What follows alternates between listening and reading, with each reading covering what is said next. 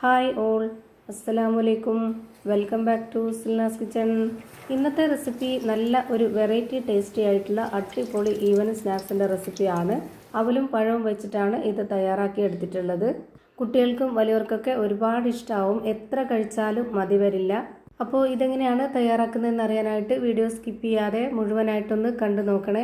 ഇതിനായി ആദ്യം തന്നെ മീഡിയം പഴുപ്പുള്ള 2 നേന്ത്രപ്പഴം എടുത്തിട്ടുണ്ട്. അതൊന്ന് തൊലി കളഞ്ഞതിന് ശേഷം ഇതേപോലെ ചെറുതായിട്ട് കട്ട് ചെയ്തിട്ട് ഇതേപോലെ ഒരു ചെറിയ മിക്സിയുടെ ജാറിൽ ഇട്ട് കൊടുത്തിട്ടുണ്ട്. ഇനി ഇതിലേക്ക് നല്ലൊരു മണത്തിന് വേണ്ടിയിട്ട് ഒരു 3 ഏലക്ക ഇട്ട് കൊടുക്കാം.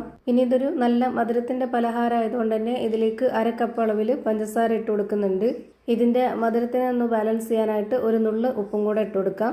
ഇനി ഒട്ടും വെള്ളം ചേർക്കാതെ ഇത് നല്ല പോലെ ഒന്ന് അരച്ചെടുക്കണം. വെള്ളം ചേർക്കാതെ നമ്മൾ അരച്ചെടുക്കുന്നത് പഴം നമുക്ക് നന്നായിട്ട് അരഞ്ഞു കിട്ടുമെങ്കിലും കൂടെ അതിൻ്റെ കൂടെ തന്നെ കഷ്ണങ്ങളായിട്ട് കിടക്കുകയും ചെയ്യും. ആ ഒരു രീതിയിൽ കിട്ടാൻ തന്നെയാണ് അങ്ങനെ അരച്ചെടുക്കുന്നത്. ഇനി ഇതിലേക്ക് വേണ്ടത് അവലാണ്. ഞാനിവിടെ നേരത്തെ തന്നെ വെള്ളത്തിലിട്ട് കുതിർത്ത് വെച്ചിരുന്നതിന് ശേഷം അതിൻ്റെ വെള്ളമെല്ലാം ഊറ്റിക്കളഞ്ഞിട്ടാണ് ഈ ഒരു അവല് ഇതുപോലൊരു ബൗളിലേക്ക് ഇട്ട് കൊടുക്കുന്നത്. ഞാൻ ചെറിയ സൈസിലുള്ള വെള്ള അവലാണ് എടുത്തിട്ടുള്ളത്. ഏത് അവലായിരുന്നാലും കുഴപ്പമൊന്നുമില്ല. ഇനി അരച്ച് വെച്ചിരുന്ന ആ ഒരു പഴത്തിൻ്റെ മിക്സ് മുഴുവനായിട്ടും ഇതിലേക്ക് ഒഴിച്ചു കൊടുക്കാം. ഇനി ഞാനിതിലേക്ക് ഇട്ട് കൊടുക്കുന്നത് ബ്രെഡ് പൊടിച്ചതാണ്. ഞാനിവിടെ 250 ml കപ്പിൻ്റെ അളവിൽ 1 കപ്പ് ബ്രെഡ് പൊടിച്ചത് മുഴുവനായിട്ടും ഇട്ട് കൊടുത്തിട്ടുണ്ട്. ഈ ഒരു ബ്രെഡ് പൊടി ഇതിലേക്ക് ചേർത്ത് കൊടുക്കുന്നത് നമ്മുടെ പലഹാരം അകം നല്ല സോഫ്റ്റായിട്ട് കിട്ടാനാണ്. അതുമാത്രമല്ല ഇതെല്ലാം കൂടെ ചേരുമ്പോൾ ഒരു പ്രത്യേക ടേസ്റ്റാണ്. അടുത്തതായി ഇതിലേക്ക് തേങ്ങ ചിരകിയതാണ് ഇട്ട് കൊടുക്കേണ്ടത്. ഞാനിവിടെ 1/2 കപ്പ് അളവിൽ ഇട്ട് കൊടുക്കുന്നുണ്ട്. ഇനി ഇതിലേക്ക് ഇട്ട് കൊടുക്കേണ്ടത് വറുത്ത അരിപ്പൊടിയാണ്. അതും 1/2 കപ്പ് അളവിൽ എടുത്തിട്ടുണ്ട്. അത് മുഴുവനായിട്ടും ഇതിലേക്ക് ഇട്ട് കൊടുക്കാം. ഈ ഒരു അരിപ്പൊടി ഇട്ട് കൊടുക്കുമ്പോൾ നമ്മുടെ പലഹാരത്തിൻ്റെ പുറം ഭാഗം നല്ല ക്രിസ്പി ആയിട്ട് കിട്ടും. ഇനി ഇതിലേക്ക് നല്ലൊരു മണത്തിനും ടേസ്റ്റിനൊക്കെ വേണ്ടിയിട്ട് ഞാനിതിലേക്ക് വെളുത്ത എള്ളും കറുത്ത എള്ളുമാണ് ഇട്ട് കൊടുക്കുന്നത്. ഒരു 1/4 സ്പൂൺ അളവിൽ ഇട്ട് കൊടുത്തിട്ടുണ്ട്. എന്നിട്ട് ഇതുപോലെ നന്നായിട്ടൊന്ന് കുഴച്ചിട്ടെടുക്കാം. നമുക്ക് ഈ ഒരു മാവിൻ്റെ പരുവെന്ന് പറയുന്നത് നമ്മൾ ഏത് ഷേപ്പിലാണോ റെഡിയാക്കി എടുക്കുന്നത് ആ ഒരു ഷേപ്പിൽ നമുക്ക് പിടിക്കാനായിട്ട് കഴിയണം. അതാണ് നമ്മുടെ ഈ ഒരു മാവിൻ്റെ കറക്റ്റ് പരുവം.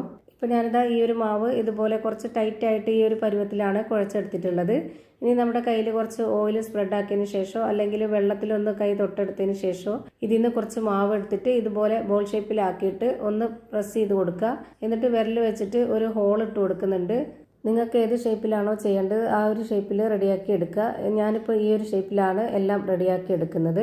ഈ വീഡിയോസ് കണ്ടുകൊണ്ടിരിക്കുമ്പോൾ തന്നെ സിൽനാസ് കിച്ചൺ ചാനൽ ആദ്യമായിട്ട് കാണുന്നവരാണെങ്കിൽ പ്ലീസ് ഒന്ന് സബ്സ്ക്രൈബ് ചെയ്തേക്കണേ. ഒപ്പം തന്നെ ഈ വീഡിയോസ് നിങ്ങൾക്ക് ഇഷ്ടപ്പെടുകയാണെങ്കിൽ ഒരു ലൈക്ക് ചെയ്ത് ഷെയർ ചെയ്ത് സപ്പോർട്ട് ചെയ്യാനും മറക്കരുത്. ഇനി നമുക്കിതെല്ലാം ഒന്ന് ഫ്രൈ ചെയ്തിട്ടെടുക്കാം. അതിനായിട്ട് സ്റ്റൗവിലേക്ക് ഞാനൊരു കടായി വെച്ച് കൊടുത്തിട്ടുണ്ട്. അതിലേക്ക് കുറച്ച് ഓയിൽ ഒഴിച്ചു കൊടുത്തതിന് ശേഷം ഓയിൽ നന്നായിട്ടൊന്ന് ചൂടായിട്ട് വരുമ്പോൾ ഒരു മീഡിയം ടു ലോ ഫ്ലെയിമിൻ്റെ ഇടയ്ക്കുള്ള ഫ്ലെയിമിൽ വെച്ച് കൊടുത്തിട്ടുണ്ട്. ഇതിൻ്റെ അകമൊക്കെ നന്നായിട്ട് വെന്ത് വരാനുള്ളതാണ്. അപ്പോൾ ഒരുപാട് ഫ്ലെയിം കൂടിക്കഴിഞ്ഞാൽ പെട്ടെന്ന് കരിഞ്ഞു പോവും. പുറം ഭാഗം വേഗം കരിഞ്ഞിട്ട് അകം വേവാതാവും. അപ്പം അങ്ങനെ വരാതിരിക്കാൻ ആ ഒരു ഫ്ലെയിമിൽ വെച്ചിട്ട് വേണം നമ്മളിത് വേവിച്ചെടുക്കാനായിട്ട്.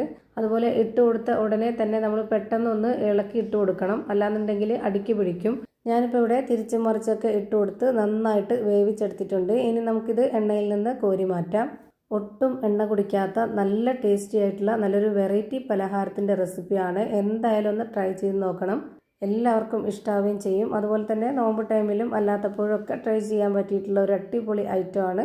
ഇതിൻ്റെ അകം എങ്ങനെയാണ് ഇരിക്കുന്നതെന്ന് അറിയാനായിട്ട് ഇതൊന്ന് പൊട്ടിച്ച് കാണിക്കുന്നുണ്ട്. അപ്പോൾ ഇത്രയേ ഉള്ളൂ ഇന്നത്തെ വീഡിയോ. വീഡിയോ ഇഷ്ടമായാൽ ലൈക്ക് ചെയ്യാനും കമൻറ്റ് ചെയ്യാനും ഷെയർ ചെയ്യാനും മറക്കരുത്. അതുപോലെ തന്നെ ഞാനിടുന്ന പുതിയ പുതിയ വീഡിയോസ് നോട്ടിഫിക്കേഷനായിട്ട് കിട്ടുന്നതിന് വേണ്ടി സബ്സ്ക്രൈബ് ചെയ്ത് ബെല്ലൈക്കൺ അമർത്തി അതിൽ ഓൾ എന്ന ഓപ്ഷൻ എനേബിൾ ചെയ്ത് കൊടുക്കാനും മറക്കരുത്. പുതിയൊരു വീഡിയോയുമായി വീണ്ടും വരും. Thank you for watching.